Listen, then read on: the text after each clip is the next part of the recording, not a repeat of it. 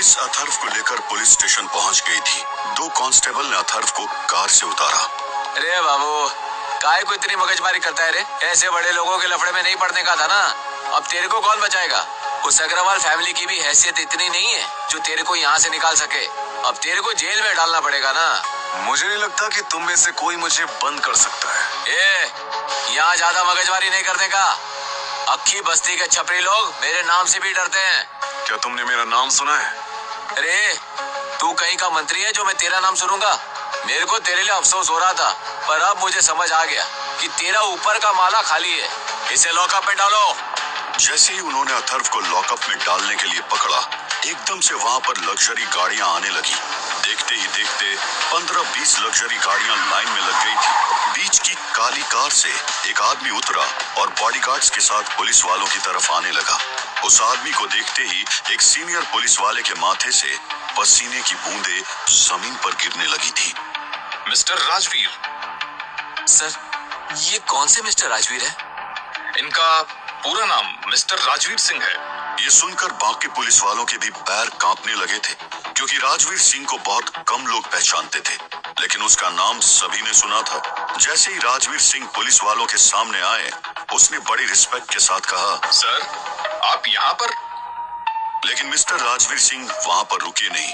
वो तो उन्हें क्रॉस करते हुए सीधा अथर्व के सामने पहुंचे और अपना सिर झुकाकर बोले, सॉरी बॉस, आपको मेरे होते हुए इतनी परेशानी उठानी पड़ी। ये सुनकर तो उन सभी के पैरों के नीचे से जमीन खिसक गई थी। उन्हें तो बताया गया था कि ये लड़का मिडिल क्लास फैमिली से है, लेकिन यहाँ तो कुछ और ही मैटर लग रहा था। कहीं उन्होंने कोई गलत कदम तो नहीं उठा लिया। सीनियर इंस्पेक्टर ने जल्दी से कांपते हाथों से एक नंबर डायल किया। वो कमिश्नर का कांटेक्ट नंबर था।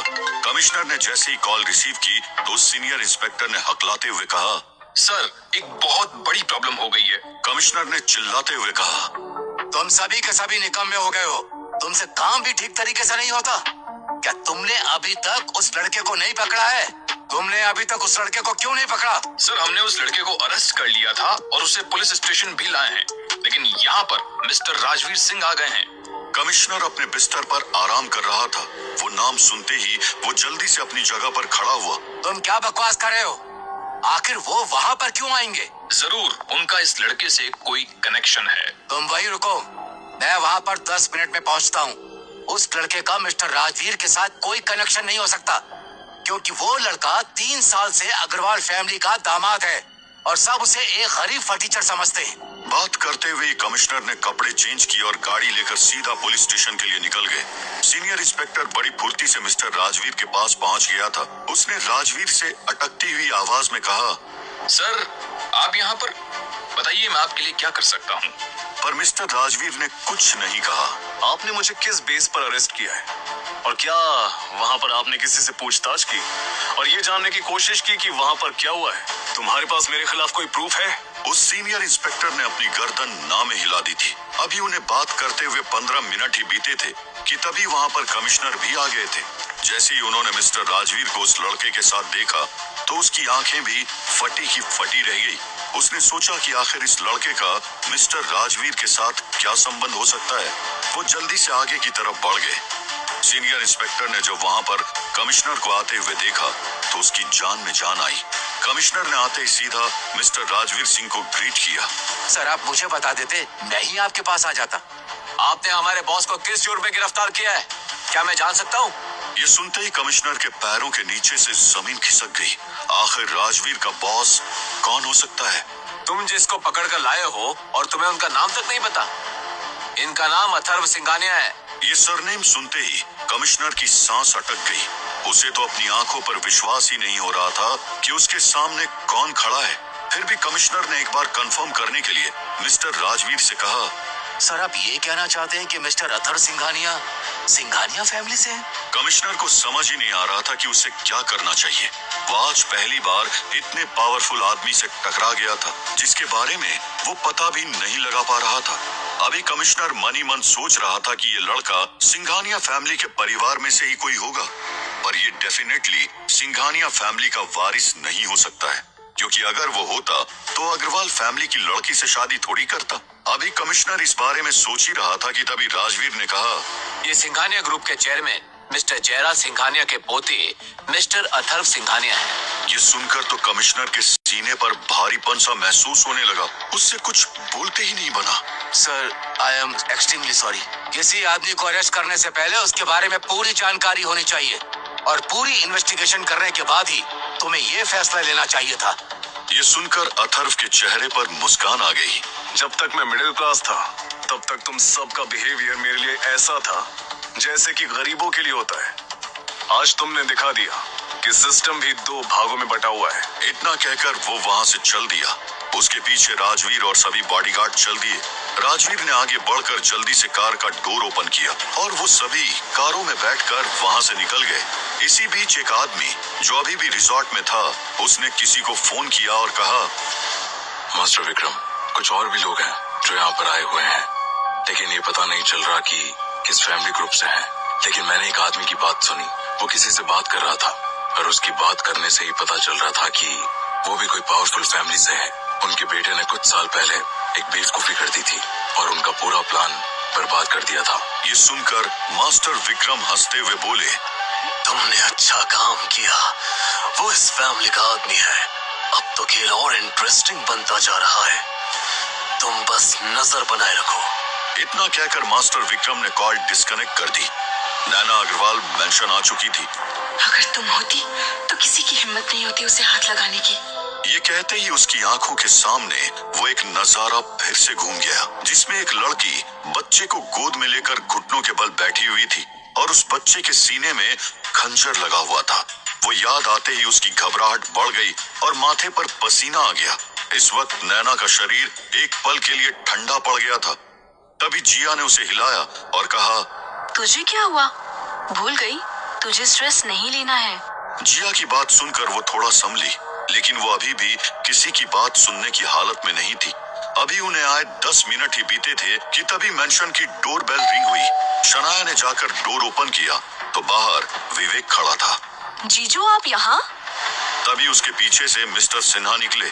क्या नैना बेटी अंदर ही है? शनाया तो मिस्टर सिन्हा को वहां पर देखकर डर गई थी। सिन्हा अंकल नैना से माफी मांगने आए हैं। ये सुनकर तो शनाया को और भी बड़ा शॉक लगा। तभी साइड से मिस्टर सिन्हा की नजर सोफे पर बैठी हुई नैना पर पड़ी। उन्होंने जल्दी से शनाया को साइड किया और वो नैना की तरफ चले गए। मिस्टर सिन्हा और उसके बेटे को देखकर जिया डर गई। युग ने अपने हाथों की मुट्ठियां गुस्से में कस ली थी। उसने तो डिसाइड कर लिया था कि इस बार अगर इस सिन्हा ने उसकी दीदी के बारे में कुछ भी कहा तो वो उसका मुंह तोड़ देगा। लेकिन मिस्टर सिन्हा ने नैना के पास आते ही उसके पैरों में गिरकर माफी मांगनी शुरू कर दी। नैना तो एकदम डर से पीछे हो गई थी। उसे तो समझ ही नहीं आ रहा था कि ये उसके साथ हो क्या रहा है। मुझसे बहुत बड़ी गलती हो गई जो मैंने अपने बेटे की इतनी बड़ी गलती में भी साथ दिया। बेटी, तुम इसको और मुझे नादान समझकर माफ कर दो। आगे से हम कभी भी ऐसी गलती नहीं करेंगे। नैना के साथ साथ बाकी सभी शॉक में थे। किसी को भी समझ नहीं आ रहा था कि ऐसा कैसे हो सकता है। शहर का इतना बड़ा आदमी हमारे घर पर माफी मांगने के लिए आया है। अंकल जी, आप उठिए। आप ऐसे पैरों में गिरे हुए बिल्कुल भी अच्छे नहीं लग रहे हो। मैं आपसे छोटी हूँ, मुझे और ज्यादा शर्मिंदा मत कीजिए। और रही बात आपको माफ करने की, तो आपने तो ऐसी कोई गलती भी नहीं की। आपने वही किया है जो एक पिता उस सिचुएशन में अपने बेटे के लिए करता। बेटी, जब तक तुम मुझे माफ नहीं कर देती मैं तुम्हारे पैरों से नहीं उठूंगा। विवेक और मिस्टर सिन्हा के लड़के को तो समझ में ही नहीं आ रहा था कि इन्हें क्या हुआ। उन्होंने ये एक्सपेक्ट नहीं किया था कि वो ऐसे नैना से माफी मांगेंगे। आखिर इस 2 कौड़ी की लड़की से पापा इतना डर क्यों रहे हैं? तभी नैना ने उनको कंधे से पकड़कर उठाया। मैंने आपको माफ कर दिया है, अब आप खड़े हो जाइए। ये सुनकर मिस्टर सिन्हा की खुशी का ठिकाना नहीं था। बेटी, मैं तुम्हारे पति को भी छुड़वा दूंगा और उनसे कह देना कि मुझसे बहुत बड़ी गलती हो गई जो मैंने इतनी बड़ी बेवकूफी की। इतना कहकर वो वहाँ से निकल गए। उन्हें निकले हुए अभी मुश्किल से 2 ही मिनट हुए होंगे कि तभी डोरबेल दोबारा बजने लगी। अब कौन आ गया? शनाया ने जाकर डोर ओपन किया। बाहर खड़े शख्स को देखकर शनाया की आंखें फटी की फटी रह गई। उसे 100% यकीन था कि इन्हें मिस्टर सिन्हा ने तो नहीं छुड़ाया है।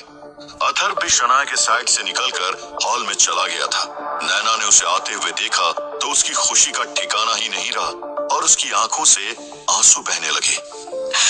मुझे तुम पर भरोसा था कि तुम जरूर आओगे। तो फिर तुम रो क्यों रही हो जब तुम्हें मुझ पर इतना यकीन था? पता नहीं क्यों आज मेरे आंसू रुकने का नाम ही नहीं ले रहे थे। तुम बहुत थक गई हो, अब तुम्हें आराम करना चाहिए। इतना कहकर अथर्व नैना को ऊपर उसके कमरे में लेकर चला गया। नैना को उसके कमरे में छोड़कर अथर्व जैसे ही नीचे जाने के लिए मुड़ा, तभी नैना ने अथर्व का हाथ पकड़ लिया। मत जाओ, मुझे अकेले अच्छा नहीं लग रहा। आज पहली बार नैना ने अथर्व का हाथ पकड़ा था। उसने रूम का डोर क्लोज किया और उसके बाद वॉशरूम में जाकर कपड़े चेंज कर लिए। अथर्व ने वॉशरूम से आने के बाद नैना की भी नाइट ड्रेस निकालकर बेड पर रख दी। नैना को हमेशा उसके पसंद के कपड़े रेडी मिलते थे और वो हमेशा उन कपड़ों को ही पहना करती थी जो अथर्व उसके लिए रखा करता था। नैना भी वॉशरूम में जाकर कपड़े चेंज करके आ गई। इतनी देर में ही अथर्व ने फर्श पर अपना बिस्तर रेडी कर लिया था। नैना के अंदर बहुत कुछ चल रहा था। अथर्व नैना को ही देख रहा था। वो खड़ी खड़ी यही सब सोच रही थी। तुम क्या सोच रही हो? आज तुमने मेरे लिए उनसे फाइट की, तुम्हें बहुत चोट आई होगी। मैं तुम्हारे लिए दवाई लेकर आती हूँ। मुझे कोई चोट नहीं आई है और तुम मेरी वाइफ हो, इतना तो मैं तुम्हारे लिए कर ही सकता हूँ। नैना ने जब उसकी ये बात सुनी तो अंदर ही अंदर उसकी धड़कनें बढ़ने लगी। वो कब से ये चाहती थी कि ये लड़का कुछ हिम्मत दिखाए, लेकिन आज तक उसने नैना को नजर उठाकर नहीं देखा था और आज उसने नैना के लिए इतना बड़ा कदम उठाया। यही सब बातें नैना को अथर्व के बारे में सोचने के लिए मजबूर कर रही थी। तुम तो मेरे बारे में सब कुछ जानते हो, बस पास्ट की कुछ बातें हैं जो मैं तुम्हें नहीं बताना चाहती। मुझे जानना भी नहीं है कि तुम इतनी डिप्रेशन में कैसे चली गई थी। मैं ये चाहता हूँ कि तुम अपने पास्ट को भूल जाओ। मैं अपना पास्ट कभी नहीं भूल सकती। तुम बार बार क्या सोचने लगती हो? मैं सोच रही थी, क्या कुछ ऐसा है जो तुम मुझसे शेयर करना चाहते हो? अथर्व का मन तो हो रहा था कि वो उसे सब कुछ बता दे, पर वो इस बात से डर रहा था कि कहीं इतनी बड़ी बात को सुनकर नैना नाराज न हो जाए। मेरे कुछ ऐसे सीक्रेट्स हैं जो वक्त आने पर तुम्हें पता चल जाएंगे। रात के 1 बजे मास्टर विक्रम अपने बंगले में बैठे सीसीटीवी फुटेज देख रहे थे। अथर्व को अग्रवाल मेंशन आते देखकर मास्टर विक्रम जोर जोर से हंसने लगे और अपने आप से ही कहा, वो बेवकूफ आदमी तुम्हें एक रात के लिए भी लॉकअप में नहीं रख पाया। आखिर क्या अथर्व नैना को अपनी सच्चाई को बता देगा? क्या नैना के सामने आज अथर्व के सारे सीक्रेट खुल जाएंगे? वो लड़की कौन थी जिसके गोद में घायल बच्चा लेटा हुआ था?